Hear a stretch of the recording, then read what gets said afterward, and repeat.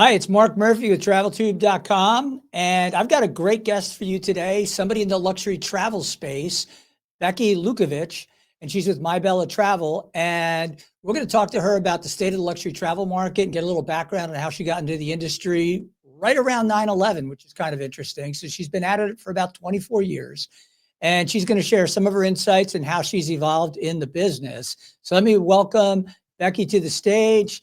There she is. Hello. Hey, Welcome. how are you? Thank Good, you. good, good. All right. So you told me you got started right around 9/11, sort of the Mhm. traditional travel school thing that doesn't exist anymore.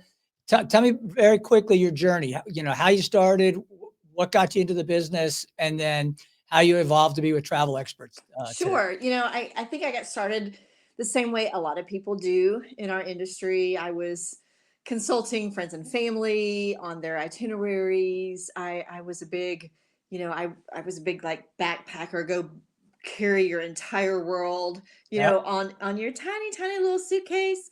And see the world and be culturally relevant, discover new things, all that. So I would help people. And I realized that I really had a passion for it and I had a skill set for it.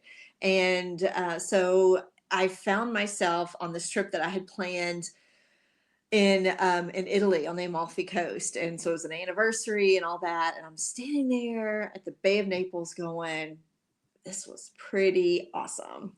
I'm like, I enjoyed doing it.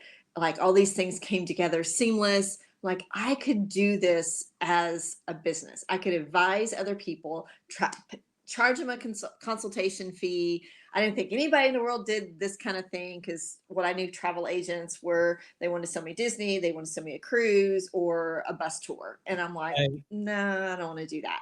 So I thought, oh, this is this unique idea. And I'm going to be a consultant and I'm going to charge people a fee. And so, yeah, so that was the beginning of that.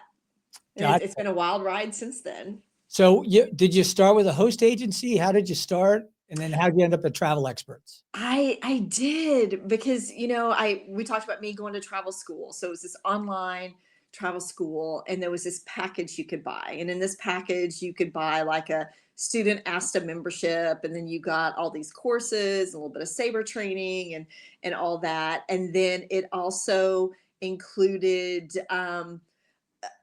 like an automatic, you could pick from two host agencies. So it was like automatically there that you could apply to do one. And so I picked this one travel agency that was the state next to me. And I'm like, okay, I guess this is what you're supposed to do. And then after about a year of that, I realized it's like, oh, I want to be somewhere closer to where my reps are, so I can meet with them, all that. So then I joined a local in Indianapolis, a local agency there that who was virtuoso. And then after a time, my business model changed a little bit, and I moved to Atlanta, and I started looking for another host agency, and then that's how I ended up at Travel Experts, and I've been with them about 10 years now. And talk, so for those folks who don't know the travel experts business model, it's very different than many host agencies out there. Why don't you share what that business model is? Sure. And matter of fact, I was having this conversation the other night with some colleagues, and it was, I mean, it was really, it came down to the numbers. It came down to the fact. So they are a host only. They don't have their own travel advisors there. And what was attractive to me was their business model was to support me in my business. And, by this time I'd had my business for, I don't know, I think 10, 15 years, something like that. And I could run my own business. I had my own brand. I had my own marketing. I just wanted to align with somebody who could make me a better entrepreneur. And then, of course, that 100% commission was definitely part of that equation. Because when you ran the numbers, it made sense for me to pay a fee versus having a commission split. So, but it took a while, because I had relationships where I was before. But it's been a great decision for me. That host agency is such an important decision as an entrepreneur because they're all different. They all have something they bring to the table. Yeah, more than just like the numbers. Yes, it's interesting. So a lot of people don't know what is the annual fee these days for travel experts? So it's a monthly, Okay. and so I think it's about 580 Yep. a month, something like that. So uh, Let's round it up to about six, $7,000, $7,500 a yeah, year, something like that. but you're not sharing any of the commission. You get Correct. 100% of it. Correct. Yeah. And and it's also aligned with Virtuoso, Yes. a member of that consortia group. So how important is the Virtuoso relationship in your travel planning, and how often does that come into play? I mean, I've been um, a virtuoso travel advisor for all but 1 year of my career. So I believe in consortia. I believe in the education piece, the data gathering, and then how they bring suppliers and advisors together. So it is definitely an important piece of my agency, but also our preferred partners are very, very integral to my business as well. And so, with the hotels, when you have, just the major brands of hotels and you're a preferred partner agency with them, it gives my travelers extra benefits. I get more opportunities to network and to learn more what's going on, more one-on-one time with the director of sales and the GMs or the owners of the hotels and all that. So, for me, that preferred partner relationship and Virtuoso go hand in hand.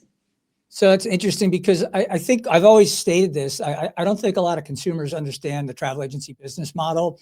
They don't understand that when they book it themselves. So let's say I go online, I book it 4 seasons, a preferred partner. Yeah. Eh, What am I leaving on the table by not booking with you? Oh, yeah. So, I mean, there's definitely the usual breakfast daily, like full breakfast daily. There's the hotel credit, all that. And you can get that in some different channels. But for me, what you're leaving on the table is, I mean, that Four Seasons director of sales or even the GM, when they come to Atlanta, we're off at Pond City Market having cocktails, or we've got a candle making class together and we're sitting by each other. It's like they know me. Sometimes, we're on each other's speed dial. We hug when we see each other. So when my travelers show up at the hotel, they are known. It's like we send them an email and says, "Hey, my person's coming. They have an anniversary," or just take some extra good care of them. And it adds to that whole see and be seen, where you're not just a booking. I mean, these properties do a really good job anyway of really recognizing their guests, but it's just that extra layer, that extra someone to say, this is a VIP. I mean, it's kind of awkward to say of yourself, "Hey, I'm a VIP. Don't you know who I am?" And so it's better for me to send a thing and say, "Hey, this person," and maybe tell them a little bit about my travelers. Is it their first time there? Are they doing anything special?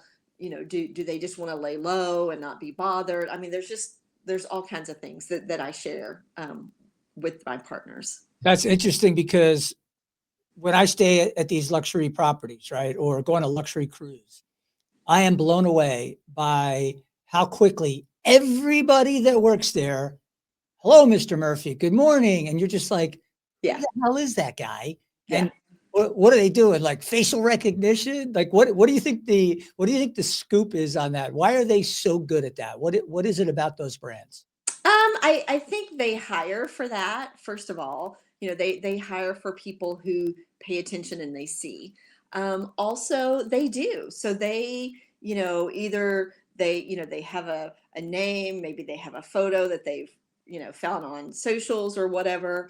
Or when you come in, it's like, okay, this is the person. But I mean, they brief, especially the preferred partner people, because that's what I've been told by management there. They brief. It's like, okay, who's coming in? Who are the preferred partners people coming in? Who are the VIPs coming in? Who are the people with status coming in? So they've already been prepared that morning of, Ms. Lukovich is coming in today. So make sure if you see her, make sure you greet her. And sometimes people love it. And sometimes people are like, "How'd you know?" Do they ever get freaked out? I don't have anybody who's been freaked out, but I have had somebody go, it's a little eerie sometimes, but I think so many people, you just, you want to be seen, you want to be acknowledged. And as long as it's done in a very respectful, subtle way, I think people are cool with it. Yeah, I agree with you. I really love it, and I'm just blown away every time that happens because Yeah. it's remarkable how they can just nail that. And I'm talking all the way across the crew. Oh, it's true. And I just yesterday got back from an Explorer cruise, and it was my first one, and I was shocked. And we were just on there just for a hot minute because we jumped on and did a couple days of inspections, and it was the same. I was just like, how do they know? They're like, oh yeah, you just got on yesterday, right? I was like, how did you know this? I mean, this is just like a bartender, Yeah. and so it was kind of crazy. So give us a little deeper dive into Explorer. What's that product like? I've never been on it. So if I'm a It's customer, how would you position that product for me? it's absolutely gorgeous. I would definitely, I would put it up there with the Seaborns of the world. I would definitely put it as a direct competitor with the Seaborns, even like the Silver Sea region. And I wasn't sure because I'd heard that, but I'm a little skeptical, because it's a new product or newer product, and all that. And so I positioned it kind of competitive set, Oceana and Azamara, which are all lovely cruise lines. And I just moved it up to that more inclusive because it's a more inclusive product. What I loved about it, and I heard this from the very beginning years ago before the ships were even in water, I had heard that they were trying to make it feel like a hotel. And I really, really feel like they accomplished that. I mean, there were so many times where I'm like, I really feel like I'm in a hotel versus just on a ship. And it's a mindset. It's subtle, but it does make a difference. And so the spaces are beautiful. The service was so warm and you felt seen. And the food was great. And I have to say, the wine list, it wowed me. I mean, they had like a Nebbiolo there. They had, a white Burgundy on the list. They had a white Bordeaux. They had, more than just like, a couple of wines. They had such a wide array of wines that they had by the glass, and they were included. So I just loved so much about it. I love that they have several smaller pools around, and they have more pool chairs than they have guests. Yay! Wow. The cabanas are first come, first serve, so you don't have to, it's included. Gratuities are included. Your cabana is included, at the pool. It just, I was really surprised at the wow that I felt. How does that stack up? So people have to understand the difference between price and value, right? Yeah. So you can go on, some of these mass market cruise lines that have what's called the Haven or whatever Mhm. their special area is for their guests, and it's more inclusive. You get away from the crowds because if you're on some of these mass market ships, you never leave that area because it's chaos everywhere else, but they don't have it still doesn't measure up, and you may end up spending almost as much as you would if you just went on, one of For these sure. products. So do you get into those conversations with these higher end clients, or do they already understand that and that's their belief anyway? So it's not really like something you have to convince them of. I mean, I think it's, that conversation happens often, because some of my luxury clients, they may get a top suite at a more mass market product. Maybe because that's what they've always done, or maybe it's because it's easy and, it's where they want to be at the time. Maybe it's because of what the perception is of the average age on board. There's so many factors. And as a matter of fact, I took a team member with me, on this trip that I just got back from, and she's been mostly on the bigger, mass market ship products. And so, she was even remarking, because we went to the thermal spa, we did all the steam room and the whirlpool and the, all this, and we didn't have to have a spa treatment. We didn't have to, to pay for access. It was included. And she remarked, kind of as you mentioned, she's like, usually by the end of the cruise, I'm peopled out. Like, I just want to go back to my room. I don't even want to go out in the public spaces because it's just, I've had too much peopling. And she's like, I didn't feel that this time. And given, this ship wasn't at capacity, it was a transatlantic cruise, so it did have a smaller number of people on board. But even with that, you never felt. I mean, like, if anything, sometimes you'd feel like things were hopping, like at a hotel bar. It's kind of hopping here, but it never felt like there were just so many people everywhere. You had open spaces. So yeah. So I think, the value that it offers when you don't have to constantly be signing for charges. You don't have to sign for gratuities. You don't have to, pay for the drinks package ahead of time. I mean, it's just included. You're done. You book the cruise and you're done. And to me, that's a luxury in and of itself. So where did you pick it up and where'd you get off? Because it was probably coming down the coast, I assume, to reposition for the Caribbean. Yeah. So it had started in Barcelona, but I picked it up in San Juan, and Oh, so okay. it was just days at sea. And you did So San Juan to to Miami. Miami. Okay, so Yeah. it's out of Miami for the Caribbean sailings for the winter. Yes. So yes, well, Miami and then summer out of San Juan, but they don't repeat. That's the other thing I like about them. So you can do back to backs. Right, you're not gonna keep doing the same itinerary each time. So, their goal is to not repeat anything for 21 days, but sometimes, like with a Caribbean or whatever, it may be 14 days, but they want at least to be able to combine two and not visit the same ports. So I, No, I like that. I think that's cool. yeah, and you know what? That's a nice way to travel. I know, like in the river cruise market, you can basically hop on and continue on and do 2, 3 weeks and never touch the same spot, which For is some itineraries. yeah, yeah. So I think that's great, as opposed to the ones that just do the round trips, right? Yeah. They go down, they come back. They go down, they come back. Yeah, that's how I would like to do it, especially for a longer stay. What would you say the makeup of your clientele is, the demographics of them? What kind of net worth are we talking about? What kind of income? Are they younger, older? Um, golly. So I mean, and some of it is a little bit hard to ascertain because I don't send an income query to a new client. It's What's like, your okay, what's how, your how much do financial you make? status? Kind of deal.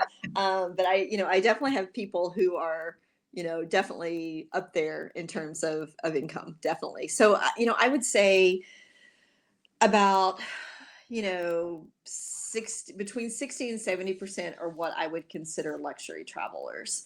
Yep. And then below that, I would put them as high premium. So, so it's a thing that I just keep closing, more towards the luxury because, I mean, to be honest, I mean, it's fun. I mean, the luxury travelers to me are where the magic happens, because we can do some really cool stuff. And I feel it's funny because when I was a backpacker in my 20s, I was like, you have to stay at this tiny, tiny little, I don't even know if it was a 3-star hotel, so you could feel closer to the locals. And it's like I was too cool for school for any kind of organized tour because I could see it myself. And then I realized later, it's like I'm missing the stories and I'm missing that connection. So I feel like today's luxury traveler isn't always at arm's length from the culture. A lot of times they might be with somebody for a full day, 2 days, a week, who is introducing them to their culture, and they're spending time with them and they're learning about them as people. They kind of develop this little mini friendship sometimes. And so I just think that the luxury travelers, we just have this great opportunity to put some cool things in there that are cultural. So the majority of my business is in that luxury space for that reason.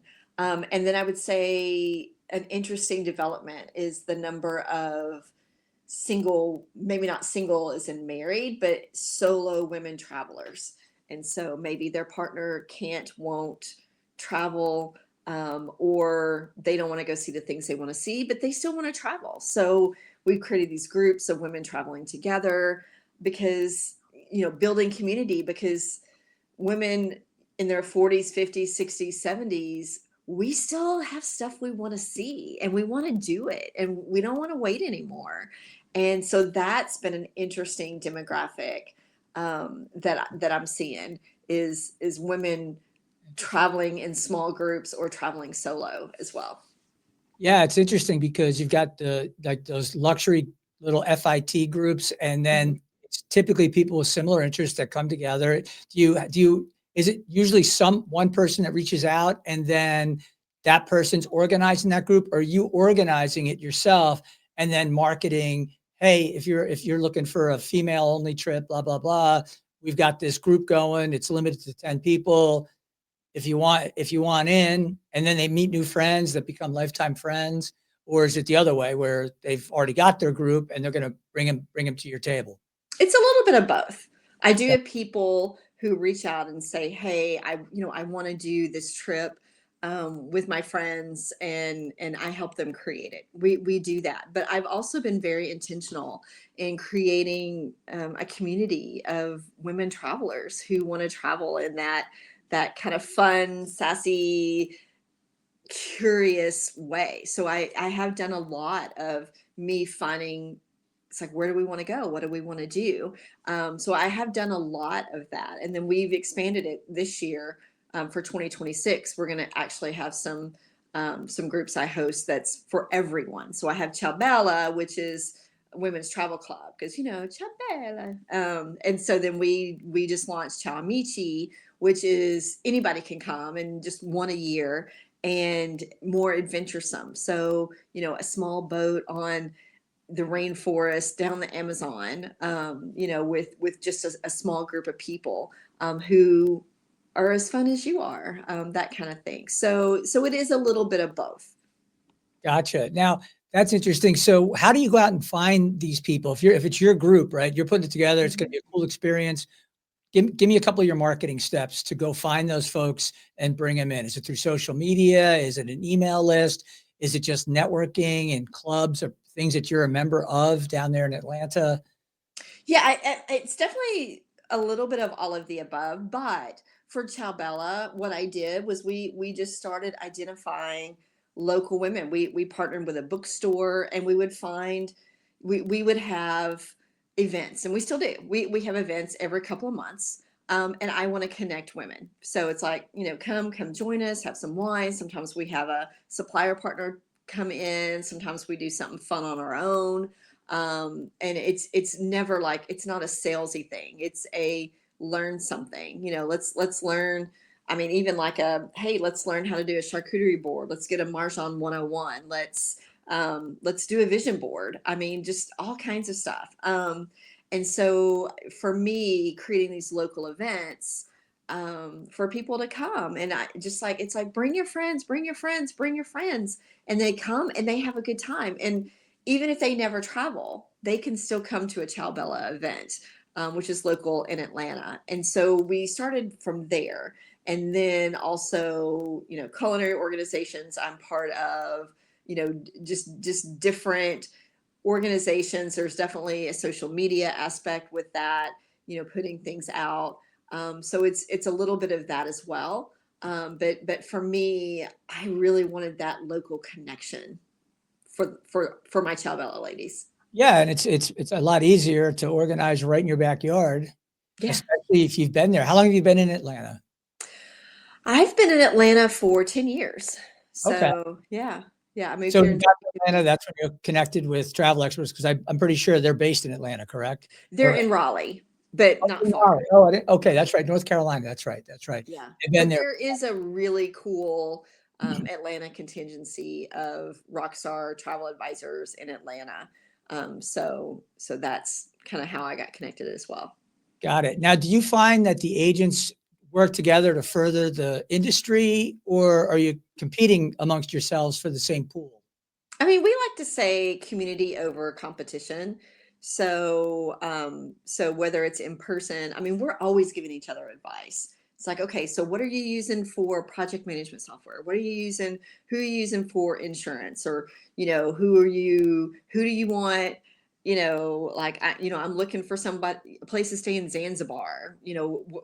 It's like, I know you just went there. So what did you think? And so, even within travel experts, but even with the community, the general community at large. So it may be on a Facebook group, it may be on one-on-one meetings, or you see each other at a supplier meeting. It may be a WhatsApp group. I mean, I have a WhatsApp group where we ask each other things, because sometimes the big Facebook groups get, it gets to be a lot. So we create these micro communities, and not everybody's in at the same agency, and people move around and whatever. But yeah, so I mean, I've had it been paid forward to me. I've paid it backwards, forwards, all different directions, and to me it helps our industry get better. Because the thing that makes me the saddest is when people say, oh, you can just be a travel advisor as a hobby and just get to travel for free and maybe do a trip or two. Yeah. It's like it's hard. It's like, this takes some finesse. There's a breadth of knowledge. Yeah. When I sit at the table sometimes and I listen to my colleagues who've been in the industry as long as me, or maybe not as long as me, but that breadth of knowledge. It's like, how like some people, they know sports stats, and I'm like, really good rock star travel advisors, we have hotel stats, man. It's like, we know like the GM of this hotel, or like the pool here is good, the spa's good here, or, the vibe is off the charts here, or, it's just really, or this one needs a little bit of a refresh. And so it's just that level of experience, and I love having a community where we lift each other up. We talk about what fees we're charging, what models are we using for, our structure, for our teams, for whatever. And it helps our industry get even better. It's Yeah. beautiful. No, that's great, because those MLM, get rich quick nonsense. I've got 20,000 travel agents. They all sell $2,000 a year nonsense. That is just like that's been going on. I've been in the industry since 1991 on the media side. I Yeah. never worked in the travel industry, but owning a media company or working in them. And so I've always found it just like the bane of the existence. The most ironic thing is going to a trade show and seeing people walking around with T-shirts that says, "Ask me how you can travel for free." And Right. I'm looking around going, "These are travel agents, you morons. Like, what are Yeah. you're marketing to what? The people that are already in the business about traveling free?" And Yeah. And there are some, I've met some lovely people who have chosen that to be, I want to call it their first model mhm, of agency. There are some, and sometimes they're like, I've always wanted to do it, I want to try it, and this is the methodology that I found that is the easiest for me to do. And so, but and like you said, to your point, they've been around, since I've been in the business. We call them card mills, or the yeah, MLMs, or the, whatever. And I think the thing that is the most challenging for me, it makes me the saddest with my industry, is not that they're given a platform for new people to join the business. I am totally about that 1,000%. What makes it sad to me is when it's just insinuated that anybody can do this, and you can, but that it does. It's almost like they're saying what we do has no value, and that's what I have the hardest time with. And I struggle with that, because I want to elevate. I don't want to go, everybody can do this. And it's like, well, you well, can, but they you can know do it. They're not going to make any money. The annual fee is going to cost them more than they're going to earn in commissions. You know what I mean? Like it's mind-boggling to me. But at the same time, I do agree that if it gives them a taste, then and they start to think, I want to turn this into a career, Mhm. or like a very big, I don't call it a side hustle, because you can't really do it as a side hustle consistently. Now, with that said, there is a caveat. For instance, I've interviewed some folks that were school teachers. They teach grade school kids, And next thing you know, they're like Disney fanatics and they're cruise fanatics. And they're, like you said, you're giving all this free advice, you're planning vacations for people. And finally you look at it and you go, well, if I'm a school teacher, I've got some time. And if I've got 2 or 3 of us working as a team, we Yeah. can service the clients. We're not going to make $1 million, but you're going to earn a really nice income in that model. So it does work, but they have to get out of that card mill group. And I think that's what Yeah. happens. They either leave completely because they've been disillusioned by all the lies, or they find a really good group, they get in bed with that group, and then they surround themselves and network properly. And Yeah. you've been doing it for a while and you get that. For sure. And you heard me say at the very beginning of the show, I believe, that when I first started my business, or maybe this was our conversation before, but when I first started my business, it was we would say side hustle. I mean, we had several other businesses, and so this was it was in addition to what we were already doing. And then my kids were younger and all that. So, it's definitely a smart way to start a business, is doing it on the side first. And when you make enough money, that's a proven really good strategy to do that. The Yep. hard part is, it's like, what happens if your client calls you and it's an inopportune time? And when I mean calling you, it's like, what happens if their flight is delayed, or they get to the hotel and there's a water leak or a massive flood, or something happens, or their driver doesn't show up? What happens if they're at the airport, and their driver doesn't show up, and it's 3 a.m. your time, or it's midnight, or it's in the middle of your workday? It gets challenging. And some people will say, well, I don't support my travelers. When they're traveling, they can't call me. Okay, fine. I mean, that's definitely a business model. It's not mine, but it's definitely, if you're going to be full service, if you're going to be those people's person, it is hard to maintain that long term, and it not be your primary. Yeah, I agree. And when otherwise all you are is a booking agent, and Yeah, then you're not really bringing the value to the table yeah. that backs everything up. Out of curiosity, what is your typical planning fee? I know it'll probably vary based on the type of trip, but if somebody wants to book like a luxury cruise, does, Um, does that get for credited or is that just a fee? No, I charge a fee for my time. So, if it's a cruise, it's 125 a person, so it's like 250, or I'll do per adult. So if you know they have a family of 2, 3, 5, how many ever kids, it's like, I'm just going to charge them for the adult kind of deal. If it's an FIT, or, like I like to say, custom design trip, then that cost is more. So it depends on the length of time. So my average fee for that, it's based on how many days they're traveling. So my average fee is usually like $450 to $700. Gotcha. It could be more, but that's my average fee for that. So, and I do have a yearly subscription that I let a few people do, but the majority of mine is either like the custom fee or the other. And we do air and everything. So my minimum fee is always $100 per adult, $125 per adult. So tell me about the subscription. That sounds very interesting. You're the first agent I've ever heard tell me that Oh, they're really? charging well, there's some folks that charge like an insane fee annually, like as a concierge service, and it's only invitation only, and it's Yeah. very, high end stuff. I mean, we're talking about people that are taking private jets when they're traveling and dropping, $100,000. So if they pay 10 or 15 grand a year, they don't really think about it. But most people aren't taking private jets. I mean, even if you have a net worth of $25 million, a private jet most of the time does not make financial sense, in my opinion, as somebody who sold a company, who retired 5 years, now 6 years ago, and my non-compete ran out a year ago. So I figured, what the hell? I got this thing called Travel Tube. I love travel agents and, the advisors and the industry. So I decided that I'm going to put my hat back in the ring, if you would, for a bit. So Yeah.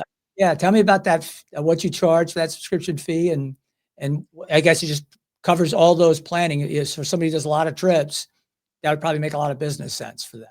For sure. And it's not even about, it's a mind shift even from value, like, okay, if you do this many trips, you're going to make it back. So it's more like you get priority, you get that additional service, all that. So, I've been inspired by several of my colleagues who, I have a couple who were total early adopters with that, who some were, subscription only. And so I decided to do it as an option. And so it's 1900 a year. And of course you get unlimited, limited planning services. You get our concierge services included in that. So your restaurant reservations, spa appointments, if you just want tickets, whatever, I'll include that. And then you get priority access, so, um, our VIP subscription people, I mean, they do get some priority access for that. I mean, everybody still gets good access, but if I have to choose between the two, if we had that subscription, they're definitely getting that. So, it just really, when you think about it, it to me, fees are what pays my team for support.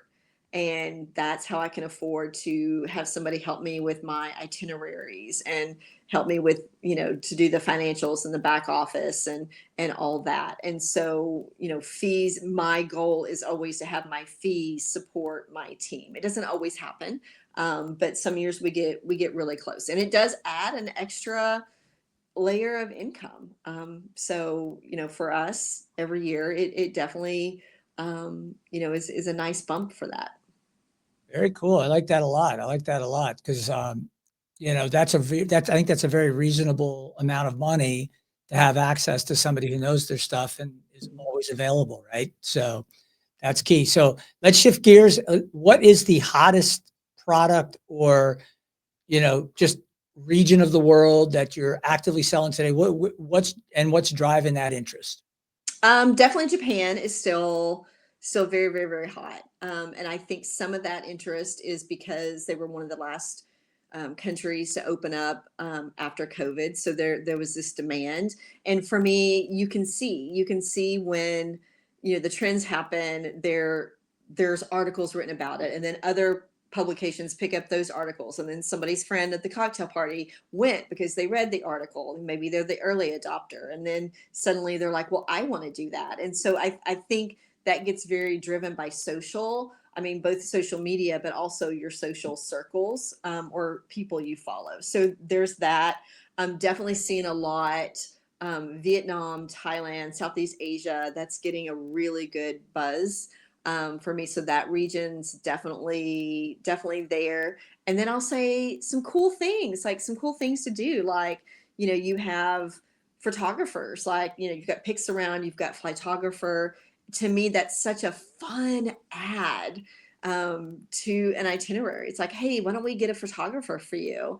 And they can take, you just need 30 minutes. You just need 30 minutes or maybe an hour, and have a photo shoot in front of the Eiffel Tower, or in, front of the Coliseum or wherever, but just to document that. And I think that's so fun. So if they bring, families, especially with teenagers, maybe they just do it for the daughter or whatever. And I really get really good feedback. And that's been kind of a fun thing to add as well. Now, is the value of the dollar driving a lot of that? Because your dollar goes so much further today, even though it's been down this year, it goes a lot further today than really than I can remember in a place like Japan. Japan used to be pretty expensive, and I know you're dealing in the luxury clientele, but I think everybody looks at dollars and cents. So, for instance, if it was going to cost me 25 grand to do that trip 5 years ago before COVID, or now, I guess 6 years. But now you turn around and you go, but now it's 25 to 35% cheaper to do that same exact trip. Or conversely, if the rates of exchange get worse for Americans, do you find that that's impacting any of those travelers in that luxury segment, or they're just immune to that? I mean, I think there is a perception, and of course, I've yet to see Japan be less expensive than it was before, just because supply and demand. It's actually, to me, at least from what I've seen, Japan is been very, very expensive. But I do have some people, like, they'll come to me and go, hey, I know Greece had some, financial trouble. So now I'd like to go to Santorini and get a deal. And it's like, that's not going to happen, that kind of thing. So occasionally you'll have that. But for me, that doesn't, as much, at least for my people, that doesn't drive travel. That's not sexy. It's like, oh, hey, I want to go somewhere because it's cheap. Really, they want to go somewhere that's sexy, that's new, that's going to have this experience, that they had this picture in their mind that it's going to be this beautiful experience. They're going to be restful, or it's going to be adventuresome. They're going to go gorilla trekking. They're going to go see the penguins, or go to Antarctica and see the icebergs. And I mean, it's not about, I want something inexpensive. When they're dreaming, when you dream of the thing. You're not necessarily dreaming of, hey, I want to go because it's cheaper. I mean, Yeah. Yeah. It's always interesting with the high-end clientele, because sometimes they get to that point where they still want the value. I think luxury travelers oh want, yes, right? And they want to know that they're spending their money intelligently, because that's how Mhm. they made their money, right? yes, And yes, I've been an entrepreneur for a long time, and it's the same thing. I'm not just willy-nilly going, oh, it's $3,000 a day. Great. Here you go. And I think $3,000 a day, that's nuts.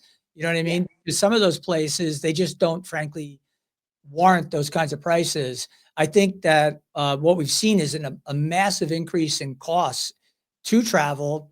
And part of that was the resurgence, what they call revenge travel. But I think that's more of that 30% of your clientele that's not in that luxury. They're kind of in that premium market.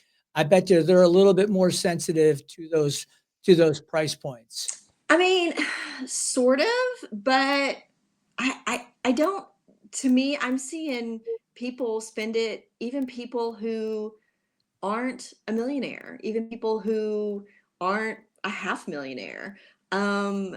People have saved their money and they want to go somewhere nice. And and we've had these, I've had these conversations so many times with people, about the rising cost of, I mean, especially when you look at like Amalfi Coast, Lake Como, Rome, Paris, London, the cost. I mean, I've seen them at this point triple in 5 years. But the reality is they're still sold out. Yeah. So is it gouging, or is it smart business? Is No, it's it, smart. You charge. because they're sold out. It's like, I'm like, I can't even get you a room there. Yeah, because you know what? They're gonna sell it to somebody. The room's not gonna go unsold. So, you charge as much. I think what places like Vegas have understood, that when somebody goes for a Gatorade and a water in a hotel and they're charged $25 for a Gatorade, like a 20-ounce bottle of Gatorade and a 20-ounce bottle of water, I don't care how much money you have, you That feel hurt. you feel like you're getting taken advantage of. Yeah. And I think it's interesting. I think it was the head of MGM on their latest earnings call. It just came out. He said, you know what? We kind of screwed up. We got a little over our skis with the pricing, whether it's the rooms, whether everything's an incremental charge. And Vegas is hurting. And I know a lot of people want to lay it at it's tariffs. And I'm going, well, tariffs have nothing to do with Las Vegas. Look at the pricing. And they did a man on the street interview, and people were saying, you know what? It's crazy what they want me to come to the desert for. And to be frank, most luxury clients, they're not really interested in hanging out in Vegas I mean, if I go to Vegas and I'm there for 5 nights because of a conference, Yeah. I'm ready to kill myself. Yeah, It's for like, sure. it's like Groundhog Day, right? Because you've been to the Virtuoso conference there. And Yeah. by the time you leave, man, you can't wait to leave. No, yeah, it's true.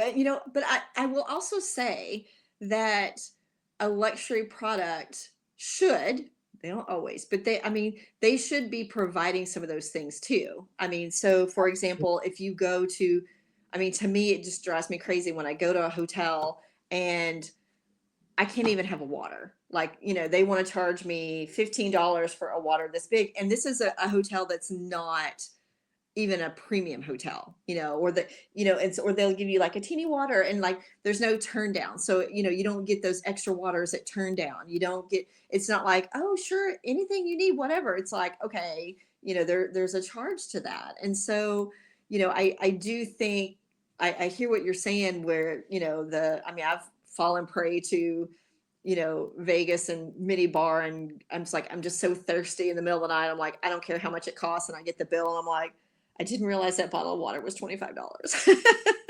Yeah, that's always the fun, right? Like, Oh, how, yeah, but I also think that, if you want something nicer and something a little more included and you want to feel seen and all that, I mean, there's a price to it as well. So, it kind of goes both ways.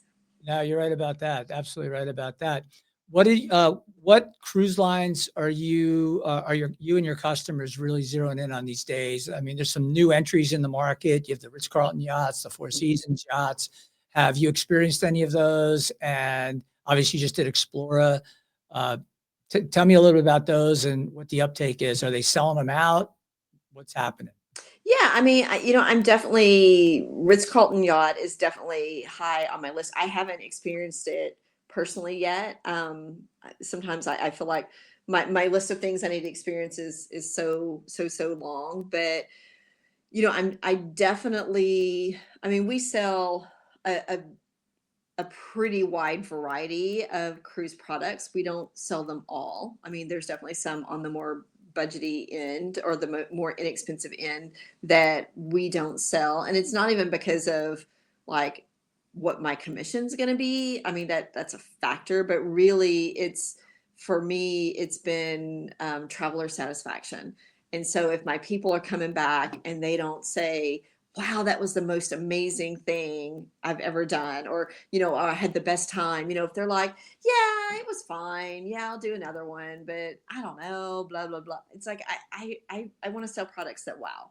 So, I'm definitely for things that are a little more inclusive or have a value add. So, anything premium and up.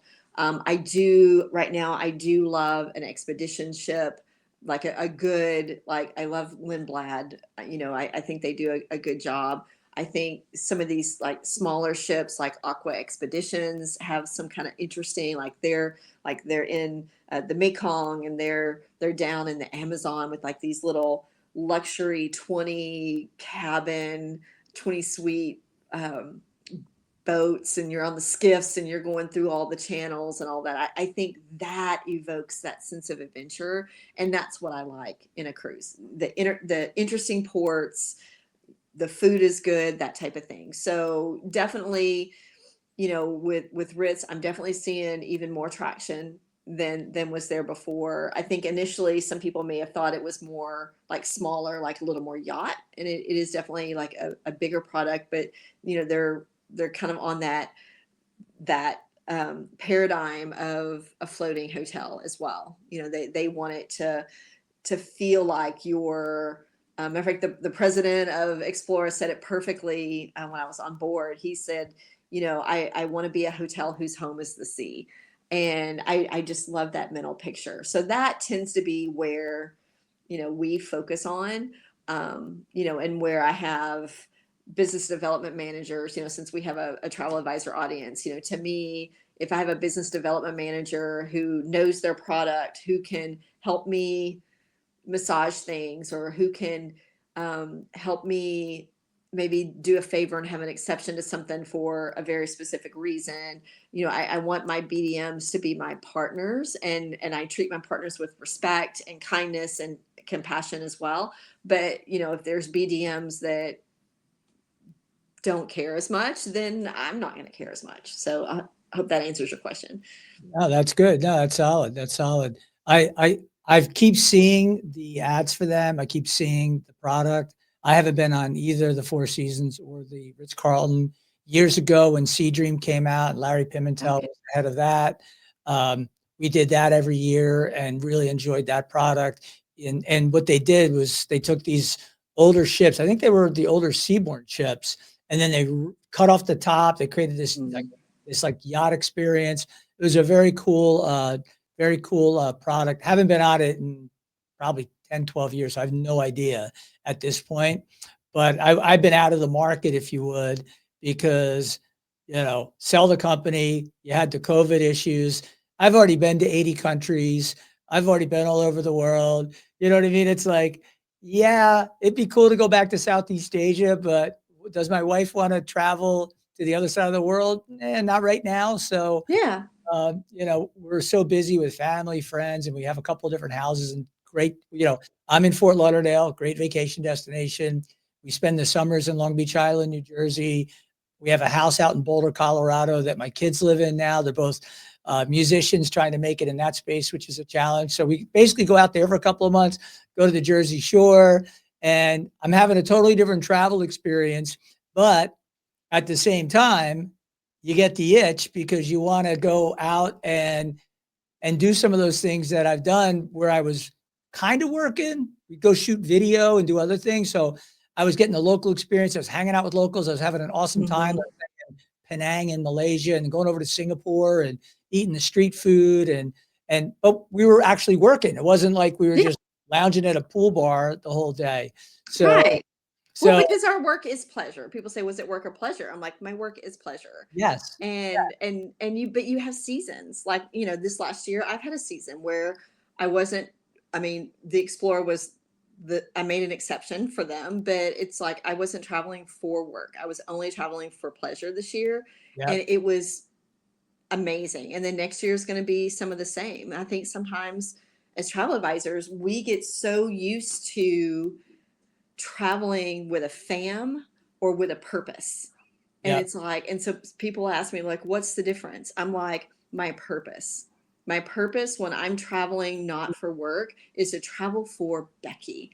And I mean, I've done some really freaking awesome stuff that I could probably never afford to arrange on my own. I mean, like really cool, super private, close this down for you, Yeah. kind of really awesome experiences. And that's great. But when you're always on somebody else's schedule, when you're always, you've got meetings set up, you've got tours set up, you've got, and you're on, even if you're on a boat going around the Greek islands, you're still kind of in a meeting. And Correct. yeah, the wine's flowing, but you're still in a meeting. Yeah. And so I want to be able to, sure, let's open another bottle of champagne. Yeah. Exactly. Cheers, kind of Exactly. deal.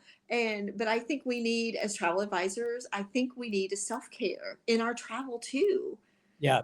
And we forget sometimes that joy of exploration on our own, where we don't just play follow the leader on a fam trip. No, I think that's great advice. This has been wonderful. I really appreciate all your insights. I think the agents that watch this are going to really enjoy it. And I've got some good news for you. We have about a network of about 120,000 social media followers across all of our platforms, including my personal stuff. And when we take this interview, we will break it up into a bunch of smaller clips as well as the main clips. It'll go out on Apple, Spotify, Oh, I Amazon love it. podcasts, so people can listen as they're driving, and they're going to get a lot of knowledge from just this conversation. And then there's going to be 10, 12 clips, whatever it comes out to, of the social media vertical clips. They're going to run on TikTok, Instagram, Facebook, everywhere. First week, 10 to 15,000 views on just those interviews, just those clips. And then it just YouTube, of course, and then it just compounds over time. So more and Fun. more people will see it. And so I appreciate it because I think getting professional travel advisors like you to talk like this about how you approach the business, because the vast majority of the 120,000 people looking at it and beyond that'll see it, a lot of them are consumers, and a Yeah. lot of them are following this because they want that special expertise and insight. So I appreciate you sharing it because it's going to help your fellow travel agents and advisors, and it's certainly going to open a bunch of eyes for consumers as well. So Cool. thanks for taking the time. Oh, thanks, Mark. I'll let you know when it goes live, which is going to be very soon. And I hope we get you back on. And Sure. if you And if you do go out and you do find some new product and you want to share that, you're always welcome to come back Okay. because I think what's great is you just got off Explore and you talked about the experience. We were able to show their website and everything else. It could be a 5 or 10-minute conversations about, hey, I just checked out this new 5-star resort. It's really a 6-star resort. I think it's amazing, etc. Okay. And that's what Travel Tube's all about. I love that. I really, really love that. Well, awesome. Thank you again so much for your time. Till next time. Peace out.